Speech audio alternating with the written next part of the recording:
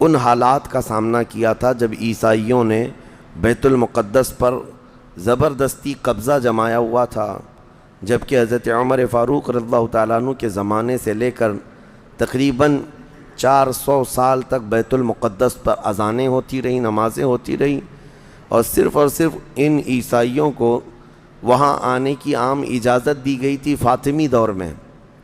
ویسے اگر میں تاریخ بتاؤں تو بیت المقدس روئے زمین پر یہ تیسرا اہم مرکز ہے مسلمانوں کا۔ حرم کعبہ اور مسجد نبوی کے بعد تیسرا حرم مسجد اقصیٰ ہے، بیت المقدس ہے۔ اور ویسے اس کے انعقاد اور زمین پر اس کے پائے جانے کی تاریخ تو بہت پرانی ہے۔ فرمایا گیا اللہ تعالیٰ نے روئے زمین پر سب سے پہلے خانہ کعبہ کو بنوایا، وہ فرشتوں نے اس کی تعمیر کی۔ تو مکہ مکرمہ میں خانہ کعبہ بنانے کے صرف 40 سال کے بعد یہ فلسطین میں بیت المقدس کو فرشتوں نے تعمیر کیا۔ سب سے پہلے وہ جگہ فرشتوں نے اس کو مقدس بنائی۔ تو اس زمانے سے آدم علیہ الصلوۃ والتسلیم کے زمانے سے یہ بیت المقدس کا علاقہ مقدس ہی رہا، اور اس کو ارض المقدس کہا جاتا ہے آج بھی عربی میں۔ پھر انبیاء اکرام علیہم السلام آتے رہے، اور اکثر انبیاء اکرام علیہم السلام کی عبادت گاہ رہی۔ بنی اسرائیل کے تقریباً انبیاء اکرام بیت المقدس کو ہی اپنا مسکن بنائے ہوئے تھے، اپنا وطن بنائے ہوئے تھے۔ کتنے انبیاء اکرام کا ذکر کروں، تقریباً 30,000 انبیاء اکرام آج بیت المقدس کے ارد گرد دفن ہیں۔ 30,000 انبیاء اکرام علیہ السلام۔ اور اولو العزم پیغمبروں میں حضرت سیدنا ابراہیم علیہ السلام وہیں پر ہیں، آپ کے بیٹے حضرت اسحاق علیہ السلام وہیں ہیں، ان کے بیٹے حضرت یعقوب علیہ السلام وہیں ہیں، پھر موسیٰ علیہ السلام وہیں ہیں، اور اس کے علاوہ زکریہ علیہ السلام، داؤد علیہ السلام، سلیمان علیہ السلام، جلیل القدر انبیاء کرام سب بیت المقدس میں ہیں۔ تو یہ بیت المقدس اس لیے بھی اہمیت کا حامل ہے کہ مسلمانوں سے پہلے یعنی انبیاء کرام علیہ السلام کے دور میں یہ مرکز رہا، قبلہ رہا اکثر امتوں کا۔ تو یہودی جو ہے چونکہ ان انبیاء کرام کے فالوورز میں آتے ہیں، حضرت ابراہیم علیہ السلام کے، حضرت اسحاق اور حضرت یعقوب علیہ السلام کے، تو ان کے لیے بھی یہ مقدس تھا۔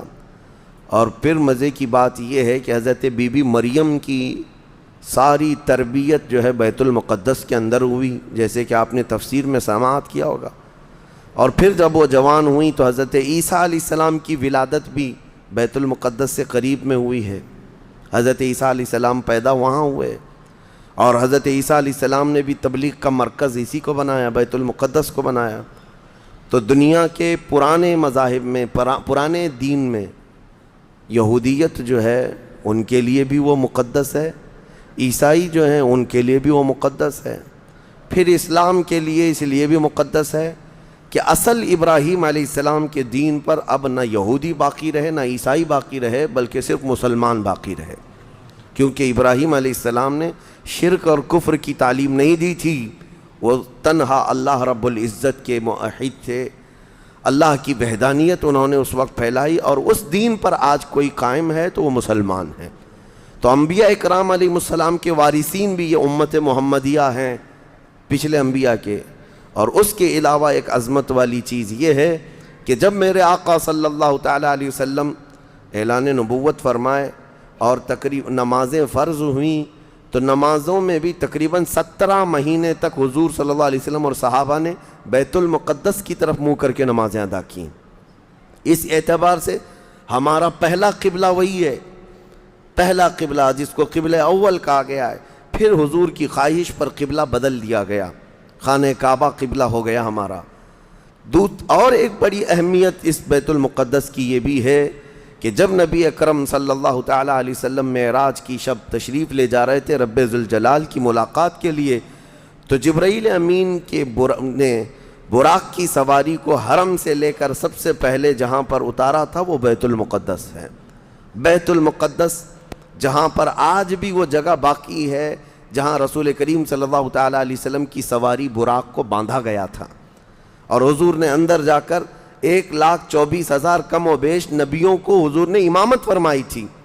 یہ وہ بیت المقدس ہے جہاں سارے نبیوں نے میرے نبی کا خطبہ پڑھا تھا معراج کی شب، اور اس کے بعد رسول اقدس صلی اللہ تعالیٰ علیہ وسلم وہاں سے آسمانوں کا سفر کیے۔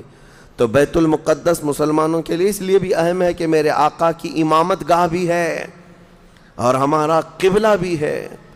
اب یہ زمانے میں چلتا رہا، جب حضور اکرم صلی اللہ تعالیٰ علیہ وسلم کا دور تھا ظاہری زندگی کا، اس وقت بیت المقدس پر عیسائیوں کا ہی قبضہ تھا۔ ہم یہ بتاتے ہیں عیسائیوں کا، لیکن عیسائیوں نے کہاں سے قبضہ کیا تھا؟ وہ تو یہودیوں سے حاصل کیا تھا، یہودیوں کو مارتے تھے۔ اتنی خطرناک جنگیں ہوتی تھیں عیسائیوں میں اور یہودیوں میں کہ بیت المقدس میں خون خرابہ یہ آج کی تاریخ نہیں ہے، بہت پرانی تاریخ ہے۔ ٹائٹس نام کا ایک عیسائی بادشاہ جس نے پورے بیت المقدس کی اینٹ سے اینٹ بجا دی تھی، اور اس نے جتنے یہودی وہاں پر آباد تھے سب کو قتل کروا دیا تھا، پھر عیسائیوں کا قبضہ ہوا تھا۔ کتنے بڑے بڑے عیسائی بادشاہ آئے اور انہوں نے وہاں پر سوائے ظلم کے اور کچھ نہیں کیا بیت المقدس میں۔ یہ تو ان کی تاریخ چلتی تھی عیسائیوں کی، یہودیوں کی۔ یہودیوں سے کئی مرتبہ بیت المقدس لے لیا گیا اور عیسائی جھنڈا وہاں لہرایا گیا، کئی 100 سال تک۔ عیسائیوں نے یہودیوں کا داخلہ بھی بند کر رکھا تھا کہ کوئی یہودی پھٹکنے بھی نہ پائے۔ بیت المقدس تو چھوڑیں، یروشلم میں، فلسطین میں کسی یہودی کی انٹری نہیں تھی عیسائیوں کا جب غلبہ تھا۔ تو یہ کئی زمانے تک چلتا رہا۔ اصل یہاں پر کیا تھا وہ میں آپ کو بتا دوں۔ یہ بیت المقدس کا مسئلہ آپ کو سمجھنا اس لیے بھی ضروری ہے کہ آج پوری دنیا میں یہ ایک سب سے بڑا ایشو کیوں ہے۔ اس کی بنیاد یہ ہے کہ حضرت آدم علیہ السلام کے بعد سے وہ جگہ مقدس تھی، فرشتوں کی تعمیر کی ہوئی، لیکن جب حضرت داؤد علیہ السلام تشریف لائے تو آپ نے، چونکہ آپ کی حکومت تھی اس وقت، آپ بادشاہ تھے، آپ نے ایک مسجد تعمیر کرنے کا حکم دیا، لیکن آپ کے زمانے میں وہ کام نہ ہو سکا، تو اپنے بیٹے حضرت سلیمان علیہ السلام کو انہوں نے حکم دیا۔ سلیمان علیہ السلام بادشاہ بھی ہوئے اور داؤد علیہ السلام کی کرسی پر بھی فائز ہوئے، اور وہ نبی بھی تھے، رسول بھی تھے، امت بھی تھی آپ کی۔ اور سلیمان علیہ السلام کو تو اللہ تعالیٰ نے ایسی طاقت دی تھی کہ وہ ہواؤں پر بھی حکومت کرتے اور جنات پر بھی حکومت کرتے۔ تو سلیمان علیہ السلام نے کام شروع کیا۔ یہ وہ جگہ تھی جہاں موسیٰ علیہ السلام عبادت کیا کرتے تھے، اس جگہ پر سلیمان علیہ السلام نے ایک مسجد بنانے کا حکم دیا، اور یہ جنات بنانا شروع کرتے ہیں۔ اس کا ذکر قرآن پاک میں بھی موجود ہے۔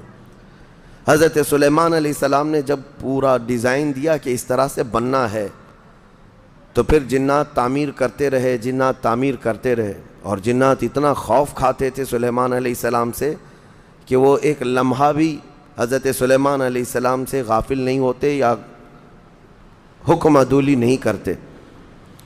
ہوا یہ کہ کام ابھی کمپلیٹ نہیں ہوا تھا کہ سلیمان علیہ السلام کا انتقال ہوا، تو جنات بھاگ جاتے، لیکن اللہ کی مصلحت، حضرت سلیمان علیہ السلام لکڑی لے کر یوں کھڑے رہتے تھے، اپنا عصا لے کر کے کھڑے رہتے تھے اور کام دیکھتے رہتے تھے۔ جب تک سلیمان علیہ السلام کھڑے ہیں، تیزی سے جنات بڑے بڑے پتھر لاتے، تعمیر کرتے رہتے تھے۔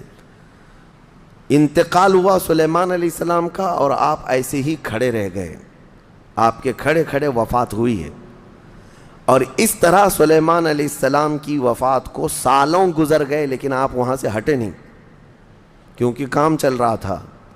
قرآن میں ہے، اللہ تعالیٰ فرماتا ہے جب لکڑی کو دیمک کھا گئی، کتنے سال گزر گئے ہوں گے، حضرت سلیمان علیہ السلام یوں ہی کھڑے تھے۔ اور عام دوسرے لوگوں کی موت تو چھوڑو، نیند میں کھڑا ہو کر کے دکھائے۔ وہ اللہ کے نبی تھے کہ انتقال کے بعد بھی وہ کھڑے رہے۔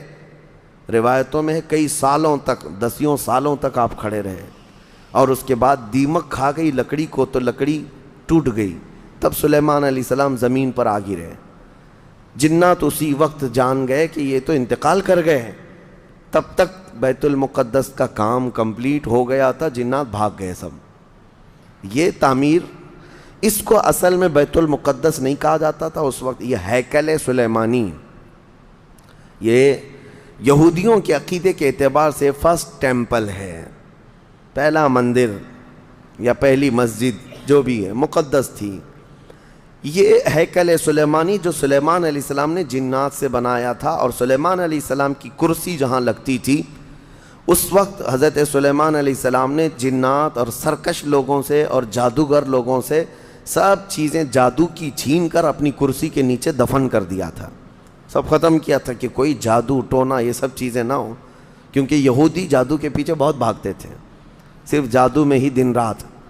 آپ نے سب دفن کیا، اور اس کے بعد آپ کے انتقال کے بعد سالوں بیتے اور اسی طرح سے رہے۔ لیکن پھر یہ ہیکل سلیمانی کو ایک بادشاہ آیا جو عراق کا رہنے والا تھا، اس کی یہودیوں سے دشمنی تھی، اس نے ایسا حملہ کیا کہ پورے ہیکل کو توڑ ڈالا، یعنی جو جنات کا بنایا ہوا تھا اس کو مکمل طور سے مسمار کر دیا، ایک دیوار باقی رہ گئی، ایک دیوار باقی رہ گئی، جہاں جا کر کے آج یہ یہودی روتے ہیں، دیوار گریا اس کو کہتے ہیں، وہ اس زمانے کی ایک باقی رہ گئی، باقی پورا ہیکل گرا دیا۔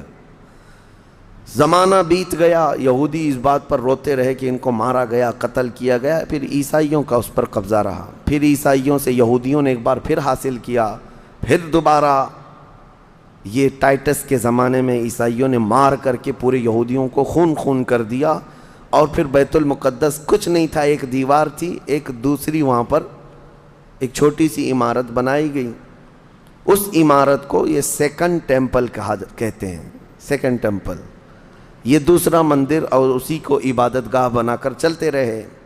زمانہ بیتا یہاں تک کہ حضور صلی اللہ تعالیٰ علیہ وسلم کی نبوت کا اعلان ہوا، پھر اس کے بعد 23 سال گزرے، پھر آپ کی وفات کے بعد صدیق اکبر کا زمانہ آیا، پھر سیدنا عمر فاروق کا زمانہ آیا۔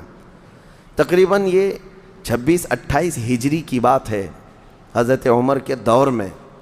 پھر حضرت عمر فاروق کے دور میں جو فتوحات ہو رہی تھی، اسلام پھیلتا جا رہا تھا، تب صحابہ کے ایک لشکر کو حضرت عمر نے فلسطین بھی بھیجا، جس میں حضرت ابو عبیدہ بن جراح بھی تھے۔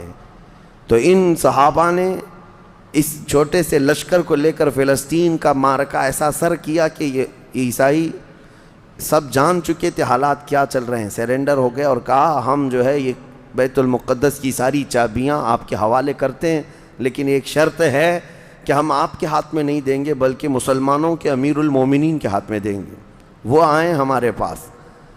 تو وہاں جو صحابہ تھے انہوں نے خط لکھ کر بھیجا حضرت عمر کو، حضرت عمر مدینے میں تھے، کہا ٹھیک ہے میں آ رہا ہوں۔ قبلہ اول مسلمانوں کے ہاتھ میں تھا، بیت المقدس آ رہا تھا، سیدنا عمر فاروق مدینے سے چل پڑے، ایک غلام کے ساتھ نکلے اور ایک سواری ہے، ایک خچر ہے، اور دونوں بھی کس انداز سے جا رہے ہیں، ایسا امیر المومنین جس کے رعب سے قیصر و کسریٰ کانپتے تھے، لڑائی کی کسی کے اندر مجال نہیں تھی، وہ ایک خچر کے سواری پر اتنا لمبا سفر طے کر رہے ہیں، وہ بھی غلام سے یہ طے کر رکھا ہے 1 میل میں بیٹھوں گا 1 میل تو بیٹھنا، ہاں تو رسی پکڑ کے چلے گا 1 میل تک، اور اس کے بعد جب تو بیٹھے گا تو میں رسی پکڑ کے چلوں گا 1 میل تک، اس طرح سے تو سفر طے کیا۔ جب فلسطین پہنچ رہے تھے اور اس وقت لوگوں میں خبر تھی کہ امیر المومنین آ رہے ہیں، تو لوگ دیکھنے کے لیے شہر سے بھاگے بھاگے باہر آئے۔ اتفاق ایسا کہ اس وقت خچر گھوڑے پر بیٹھنے کی باری غلام کی تھی اور نکیل رسی حضرت عمر کے ہاتھ میں تھی۔ دوڑے ہوئے لوگ آئے جو نہیں پہچانتے تھے، عیسائیوں نے امیر المومنین کہہ کر اس غلام کا استقبال کیا کہ تشریف لائیں۔ تب جو صحابہ تھے وہاں پر انہوں نے پکار کر کہا نادانو، وہ امیر المومنین نہیں، رسی پکڑا ہوا امیر المومنین ہے، یہ امیر المومنین ہے۔ پہلی مرتبہ ان اعلیٰ اخلاق و کردار کو عیسائیوں نے دیکھا تھا کہ وقت کا خلیفہ کوئی گھوڑے کی رسی پکڑ کر کے بھی چلتا ہے، تو بہت متاثر ہوئے، اور اس کے بعد بنا کسی جنگ کے حضرت عمر فاروق رضی اللہ تعالیٰ عنہ بیت المقدس میں داخل ہوئے، اور ان عیسائیوں نے جو کچھ بھی وہاں پر کیا تھا اس کو نکالا۔ پھر حضرت عمر فاروق رضی اللہ تعالیٰ عنہ نے پہلی اذان دینے کا حکم فرمایا، وہ ظہر کی اذان تھی، آپ نے وہاں پر نماز پڑھائی۔ پھر اس کے بعد یہ سلسلہ چلتا رہا۔ اب اس میں تفصیل ہے، عیسائیوں کو اسی طرح ہم بھی بھگاتے، مسلمان بھی بھگاتے، جیسے یہ یہودیوں کو بھگاتے تھے، تو انہیں آج بولنا چاہیے تھا کہ مسلمانوں نے زبردستی قبضہ کیا۔ حضرت عمر فاروق کا عام اعلان تھا کہ جو یہاں پر رہنا چاہے اس کے لیے کھلی آزادی ہے، حتیٰ کہ عیسائیوں کا چرچ بھی تھا پرانا، حضرت عمر نے کہا اس کو توڑا نہ جائے، اس میں عبادت جو ہوتی ہے ان کو اپنی عبادت کرنے دیا جائے۔ حضرت عمر چاہتے تو اینٹ سے اینٹ بجا دیتے، نکال کر صاف کر دیتے، لیکن آپ نے کھلی اجازت دی، اور عیسائی ویسے ہی باقی رہے۔ 400 سال تک یہ سلسلہ چلتا رہا۔ پھر فاطمی دور آیا، یعنی بنو عباس کی خلافت ختم ہوئی، فاطمیوں کا غلغلہ تھا، انہوں نے خلافت سنبھالی لیکن وہ مضبوط نہیں تھے، کمزور خلیفہ آئے، جس کی وجہ سے صلیبی طاقتیں جتنی بھی تھیں سب آ کر کے اس خلیفہ پر قبضہ جما لیا، اور بیت المقدس میں اجازت پہلے مانگ لی کہ ہمیں آنے جانے کی اجازت دی جائے۔ جب آنے جانے کی اجازت مل گئی تو پورے علاقے پر زبردستی غاصب قبضہ کر کے وہاں سے سارے مسلمانوں کو ختم کر دیا، بہت مسلمانوں کا قتل کیا۔ فلسطین کی سرزمین یہودیوں کے قتل سے بھی بھری ہے، مسلمانوں کے قتل سے بھی بھری ہے، اور یہودیوں نے عیسائیوں کا بھی قتل کیا ہے، لیکن مسلمانوں کا قتل عام کر کے یہ زبردستی فائز ہوئے ہیں کہ اس پہ بیت المقدس پر یہ قبضہ جو ہے 87 ایئرز تک چلتا رہا، 87 سال تک۔ یہ اس وقت کا المیہ تھا کہ مسلمان خلیفے تھے، گورنر تھے، بہت سارے حکمران تھے، رونا روتے تھے لیکن کوئی آگے بڑھنے کو تیار نہیں تھا۔ کردستان کا ایک شہزادہ صلاح الدین ایوبی جو نور الدین زنگی کے شاگرد تھے اور ان کی فوج کے سپاہی تھے، ان کو یہ روزانہ خبریں تھی کہ بیت المقدس میں سب کچھ اجاڑ دیا گیا ہے، مسلمانوں کی اذان بند ہے، وہاں نہ جمعہ کا خطبہ ہو سکتا ہے، نہ ہی عبادت کے لیے وہاں پر نماز پڑھی جا سکتی ہے۔ ایک دن گزر رہے تھے، انہوں نے ایک لکڑی کا ممبر بنوایا اور پھر عزم کر لیا کہ یہ ممبر میں بیت المقدس میں رکھ کر کے رہوں گا اور اس سے خطبہ دیا جائے گا۔ وہ ان کا عزم تھا اور اس پر لے کر کے چلتے رہے۔ تقریباً آپ نے 17 جنگیں لڑی ہیں، 17 جنگیں لڑی، اور صلاح الدین ایوبی کو جو درپیش مسائل تھے وہ کہا گیا ہے کہ پہلے تو انہوں نے جو روڈ میپ بنایا تھا اس حساب سے ان کو 2 سال کے اندر یہ جنگوں میں فتح کر لینا تھا، 2 سے 4 سال کے اندر ان کے دماغ میں یہ تھا کہ بیت المقدس کو میں حاصل کر لوں گا، لیکن فرماتے ہیں کہ اپنوں کی مخالفت اتنی تھی، جگہ جگہ سے کوئی مسلمان بیٹھا ہوا ہے، نواب بیٹھا ہے، کہیں کوئی کسی چھوٹے علاقے کا خلیفہ، کوئی گورنر، سب پکڑ پکڑ کر کے ان کی ٹانگ کھینچیں، ان کے فوجیوں میں ورغلائیں اور الگ الگ وسوسے ڈالیں، جس کی وجہ سے پہلے اپنوں سے بھڑتے بھڑتے آپ کو 18 سال لگ گئے۔ بیت المقدس پھر پہنچے، صلیبیوں سے معرکہ آرائیاں ہوتی رہیں، پھر وہ 87 سال کے بعد صلاح الدین ایوبی نے دوبارہ بیت المقدس کو ان عیسائیوں سے پاک کیا، اور آپ نے وہ ممبر وہاں پر لگایا اور تاریخی خطبہ عطا کیا تھا۔ اس کے بعد وہ بیمار ہو گئے صلاح الدین ایوبی رحمۃ اللہ تعالیٰ علیہ۔ 17 جنگیں جس نے لڑیں، اور عیسائی آج بھی صلاح الدین کے نام سے ڈرتے ہیں، اور بہت سارے تعریف بھی کرتے ہیں کہ ایسا جرنیل ہم نے دیکھا ہی نہیں دنیا میں صلاح الدین ایوبی کی طرح۔ وہ خون کا پیاسا نہیں تھا، وہ امن کا پیاسا تھا۔ کتنے تو قیدی ایسے آتے تھے جن کو وہ صرف ایگریمنٹ کر کے آزاد کر دیتا۔ عیسائی اس بات پر آج بھی اقرار کرتے ہیں کہ جنگوں میں قید جو ہونے والے کو کوئی چھوڑتا نہیں ہے، لیکن صلاح الدین ایوبی ایک نہیں لاکھوں لوگوں کو آزاد کیا ہے، 1000 بھی نہیں، لاکھوں لوگوں کو آزاد کیا ہے صلاح الدین ایوبی رحمۃ اللہ تعالیٰ علیہ۔ اللہ ان کی تربت پر کروڑوں رحمتیں نازل فرمائے۔ حیرت کی بات یہ ہے کہ ان کا آخری وقت آیا تو رونے لگے، بستر پر رو رہے تھے۔ لوگوں نے پوچھا کہ کیا بات ہے؟ صلاح الدین ایوبی کہتے ہیں میں نے منت مانگی تھی اللہ سے کہ اے اللہ بیت المقدس فتح ہو جائے تو میں حج پہ جاؤں گا۔ کہا تو پھر کیا ہوا؟ کہا میرے پاس اتنے پیسے نہیں ہیں کہ میں حج کر سکوں۔ یہ وقت کا وہ عادل حکمران جس کی تاریخ عدل سے بھری ہوئی ہے، لیکن یہ بھی تاریخ ہے کہ مال لوٹ کر کے اگر اپنا محل بنایا ہوتا تو صلاح الدین کے بہت سارے آج محلات ہوتے، لیکن وہ آخر وقت بستر پر اس غم سے رو رہے تھے کہ میرے پاس حج پہ جانے کے لیے پیسے نہیں ہیں. جس کے زیر نگیں کتنے علاقے آتے تھے اس وقت، بہت سارے علاقوں کا وہ خلیفہ. لیکن میرے عزیزو، اسلام کی سچی تاریخ ایسے ہی خلفاء سے ہے، ایسے ہی خلفاء سے نظام ہے. پھر یہ زمانہ چلتا رہا، تقریباً 800 سال گزر گئے. 1921 آیا، 1921. یہ جو گزری ہوئی سینچری ہے ابھی ہماری، یہ فرسٹ ورلڈ وار جب ہوئی، پہلی جنگ عظیم، اس جنگ کے دوران یہودیوں نے زبردستی اجازت مانگی برطانیہ کو ثالث بنا کر کے، کیونکہ جب ترکی کی حکومت ختم ہو گئی، جس کو خلافت عثمانیہ کہا جاتا ہے، جب وہ کمزور ہو کر گر گئی، کیونکہ ان کا دبدبہ تھا، یہ آخری خلافت ہے جو زمین پر تھی. اگرچہ خلافت کے نام سے جو مشہور رہی، تو حضور صلی اللہ تعالیٰ علیہ وسلم کی وفات کے بعد سے لے کر یہ ترکی کی خلافت عثمانیہ تک اس روئے زمین پر خلیفہ ہر زمانے میں کوئی نہ کوئی رہا. لیکن 1921 سے لے کر 1921 سے لے کر اب کا زمانہ آ گیا 2023. اتنے سال، 100 سال گزر گئے، پوری دنیا میں اب کوئی خلیفہ مسلمانوں کا نہیں رہا. بادشاہ تو بہت سارے ہیں، امیر المومنین، اور خلیفہ کے نام سے اس روئے زمین پر اب کوئی نہیں. ان ظالموں نے ہماری خلافت کے نظام کو مار ڈالا، ختم کیا، خلافت کو زمین سے ختم کیا. اب لوگوں کو نیا لگتا ہے کہ خلافت کا مطلب کیا ہے. خلافت ایک نظام ہے، پورا نظام ہے. جب ڈیموکریسی ایک نظام ہے، کمیونزم ایک نظام ہے، تو اسی طرح سے خلافت جو ہے میرے مصطفیٰ کے نظام کا نام ہے. جب یہ ختم ہوا تو پھر 1921 میں یہودی جگہ جگہ سے جو مارے گئے تھے، اس وقت جرمن سے بھگائے جا رہے تھے، جینوسائیڈ کیا گیا تھا یہودیوں کا، جرمن میں مارا جا رہا تھا. تو ان کے اوپر دنیا والوں نے چنتک بیٹھک، جس کو کہتے ہیں رحم کرنے کا، کئی مرتبہ بیٹھکیں ہوئی. بڑے بڑے لوگوں نے کہا یہودی پوری دنیا میں مارے جا رہے ہیں اور یہ مظلوم ہیں، ان کو کہیں پناہ دی جائے. پناہ دینے کے لیے جب بات آئی تو فلسطین کا ایک چھوٹا سا علاقہ، 4000 یہودیوں کو رہنے کی اجازت دی گئی. 1921 سے 4000 یہودیوں کو رہنے کی اجازت دی گئی.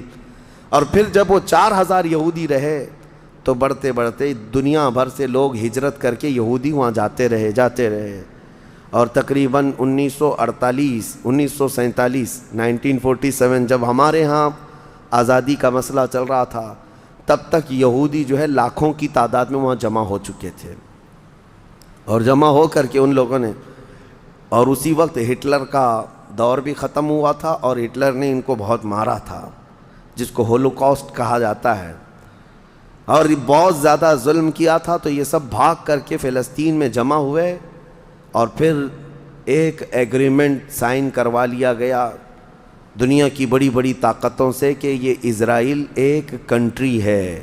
فلسطین کو 2 حصوں میں بانٹ دیا گیا، آدھا عربوں میں، آدھا یہودیوں میں. فلسطین کے 2 حصے کر دیے. تو آدھا یہودیوں کو ملا تو ٹھیک ہے، لیکن اس کے غصے میں عربوں میں جنگ شروع ہوئی. 1948 کے بعد پھر جنگوں کا آغاز ہو گیا.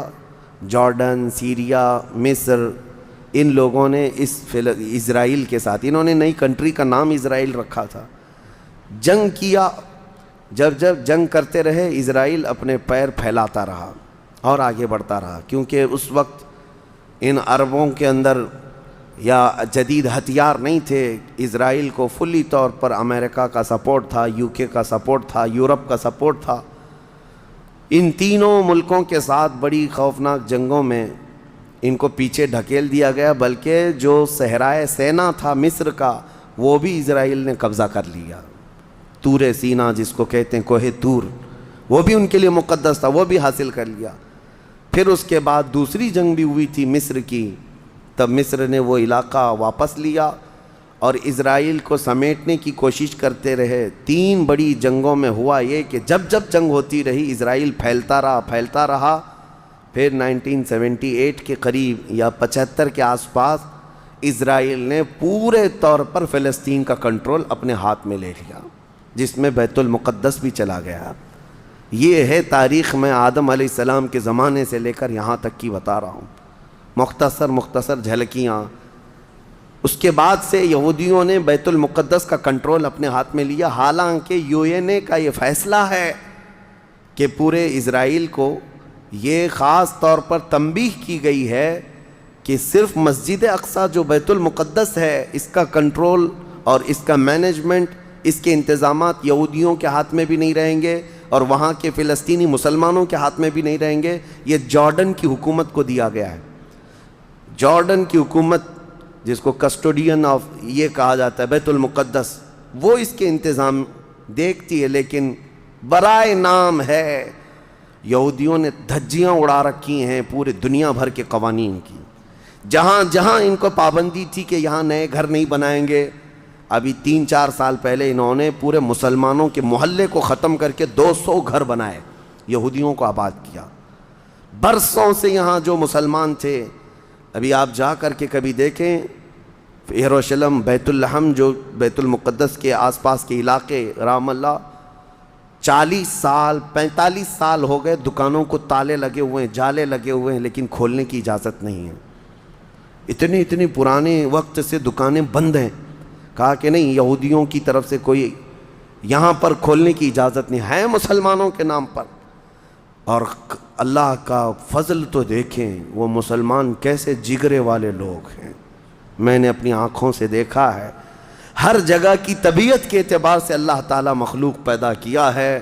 ان ظالم غاصب اسرائیلیوں کو ہم نے دیکھا، یہ بندوق تانے بیت المقدس کے ہر دروازے پر کھڑے رہتے ہیں، اور مسلمانوں کا فلسطینی 8 سال کا بچہ آتا ہے، اس کی نال یوں پھینک کر کے مسجد میں اندر جاتا ہے، نماز پڑھتا ہے، پھر نکلتا ہے، اور وہ فوجی دیکھتا رہ جاتا ہے، کچھ نہیں کرتا۔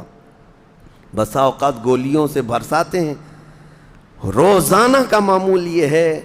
رات کو گولیوں کی بارش ہوئی، سمیٹ کر کے ختم کیا گیا، زخمی ہاسپٹل میں گئے، دوسرے دن دیکھا عصر کے بعد بیت المقدس کے باہر صحن جو ہے وہاں پر پھر عورتیں، بچے، سب جو روزانہ عصر سے لے کر مغرب تک اپنی روٹیاں، اپنے کھانے لے کر کے آتی ہیں، بیٹھتی ہیں، ایسا لگتا ہے یہاں کچھ ہوا ہی نہیں، کچھ ہوا ہی نہیں۔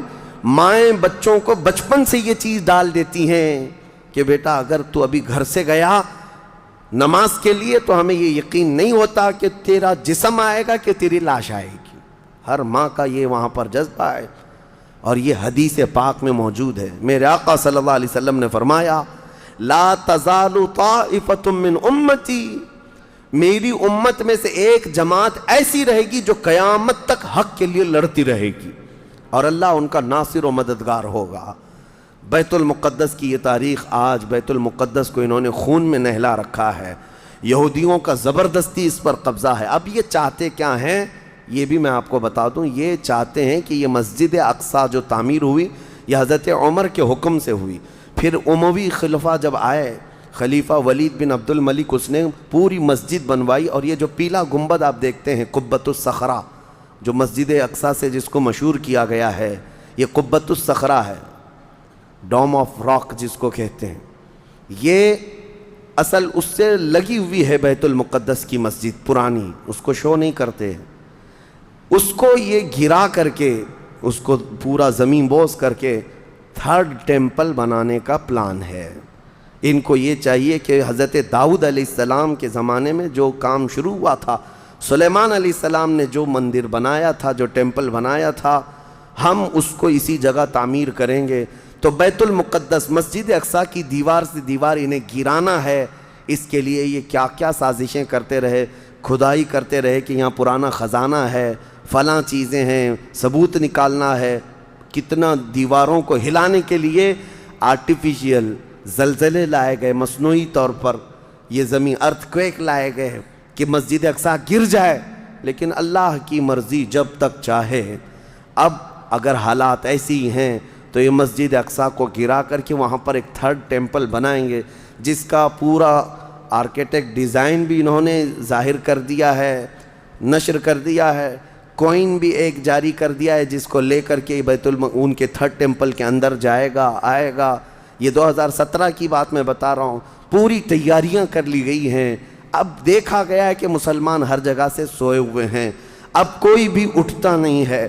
عربوں کے منہ میں تو انہوں نے اپنی زبان رکھ دی ہے. عرب اب بولنے کے قابل نہیں رہ گئے. اور بغل کے جو دیش لڑے تھے پہلے، مصر، سیریا، جارڈن، آج ان کی حالت کیا ہے؟ وہ خود خانہ جنگی میں مبتلا ہیں، آپس کی لڑائیوں میں مصروف ہیں. اسرائیل کی غنڈہ گردی اور دادا گیری اس حد تک بڑھ گئی ہے کہ اسے آس پاس کسی کا خوف نہیں. ہاں اگر کچھ بولتا ہے تو کبھی ترکی بولتا ہے. ہاں اس کو اپنے اس ملک کے لیے سب سے بڑا خطرہ محسوس ہوتا ہے تو ایران ہے. ایران کو اس نے سعودی سے ایسا لڑا کر کے رکھا ہے کہ وہ آپس میں جنگیں کرتے رہیں. اسی لیے ابھی ایران اور سعودی کا پیس معاہدہ ہوا، ایگریمنٹ ہوا، تو سب سے پہلے نیند حرام ہو رہی ہے اسرائیل کی کہ یہ اگر دوست ہو گئے تو میرا کیا ہوگا، میری حفاظت کیا ہوگی. اسرائیل حماس کو مدد کرتا ہے جو غزہ میں ایک علاقہ باقی رہ گیا مسلمانوں کا جو فلسطین کے اندر ہے، جو آج تک لڑ رہے ہیں، آج تک راکٹ داغتے ہیں، اسرائیل کے ساتھ لڑتے ہیں. 20,000 کی تعداد ہے وہ بیچاروں کی، 20,000 کی تعداد ہے. اب یہ تاریخ اس طرح سے بتائی جاتی ہے، نیوز اس طرح کی ہے، اسے حماس کو اسرائیل مدد کرتا ہے، فلاں مدد کرتا ہے. جو بھی مدد کرتا ہو ہمیں اس سے وہ نہیں، لیکن ایک حق جماعت قیامت تک حق پر قائم رہے گی اور بیت المقدس کے لیے لڑتی رہے گی. پھر وہ دن آئے گا جب میرے آقا صلی اللہ تعالیٰ علیہ وسلم کی حدیث پاک ہے، خراسان سے ایک جماعت نکلے گی، خراسان سے ایک جماعت نکلے گی. خراسان پہلے کے دور میں رشیا کا کچھ حصہ، افغانستان کا کچھ حصہ، ایران کا کچھ حصہ، ایک پورا بڑا نقشہ ہے. اس کو پرانا خراسان آپ دیکھیں گے. خراسان سے ایک جماعت نکلے گی، ان کے ہاتھ میں کالے جھنڈے ہوں گے. میرے آقا نے فرمایا وہ اتنی تیزی سے نکلیں گے کہ دنیا کی بڑی سی بڑی طاقت ان کا راستہ نہیں روک سکے گی، اور وہ سیدھے جھنڈے لے جا کر کے بیت المقدس میں نصب کریں گے اور پھر اسلام کا پرچم وہاں سے بلند کیا جائے گا. یہ قیامت کے قریب ہونا ہے. اب میں اس بات پر اپنی گفتگو ختم کرتا ہوں. دعائیں تو ہیں کہ اللہ تعالیٰ بیت المقدس کو آزاد کرے، لیکن یہودی جتنے دن ناچتے رہیں گے، دندناتے رہیں گے، ایک دن آنا ہے دنیا اوپر سے نیچے ہو جائے، نیچے سے اوپر ہو جائے، مگر میرے مصطفیٰ کا فرمان ہو کر رہے گا انشاءاللہ، اور غلبہ اسلام آ کر رہے گا. آج یوم القدس کے طور پر پوری دنیا میں یہ بات منائی جا رہی ہے. میں بچوں میں یہ انفارمیشن نقل کرنا چاہتا ہوں کہ بچوں یاد رکھو ہمارا بیت المقدس سے کیا رشتہ ہے، ہمارا کیا تعلق ہے، اور ہمارے لیے وہ کتنی عظمت والی جگہ ہے. اس لیے کہ آپ ہندوستان میں ہیں، دور دراز ہیں، کہیں پر بھی ہیں، لیکن روحانی رشتہ تمہارا جب مدینے سے جڑا ہے تو مدینے کے آقا کے فرمان سے بھی جڑا ہوا ہے. اللہ کریم ہم سب کو بیت المقدس کے محافظین میں شامل فرمائے. قیامت کے قریب امام مہدی کی فوج میں اللہ تعالی ہمارا شمول فرمائے. کریم خدا بیت المقدس کو تو آزاد فرما دے، یہودیوں کے چنگل سے اسے آزاد کر دے. فلسطین کے نونہال نہتے بچوں پر مولا تو رحم فرما دے. اے کریم خدا ان کے لیے امن و امان والی عید عطا فرما دے. اس رمضان کو مولا ان کی ہاں خوشحالیاں عطا کر دے. اے کریم خدا شام، عراق، یمن اور دیگر ممالک اسلامیہ جہاں پر مسلمانوں کی حالتوں کو زار زار کیا گیا ہے، اے رب قدیر اس ماہ مبارکہ کے صدقے ان سب پر فضل فرما دے. تیرے حبیب کی امت کو مولا عزت و وقار عطا فرما دے. وصلی اللہ تعالی علی خیر خلق محمد وآلہ واصحابہ اجمعین وآخر دعوانا ان الحمد للہ رب العالمین.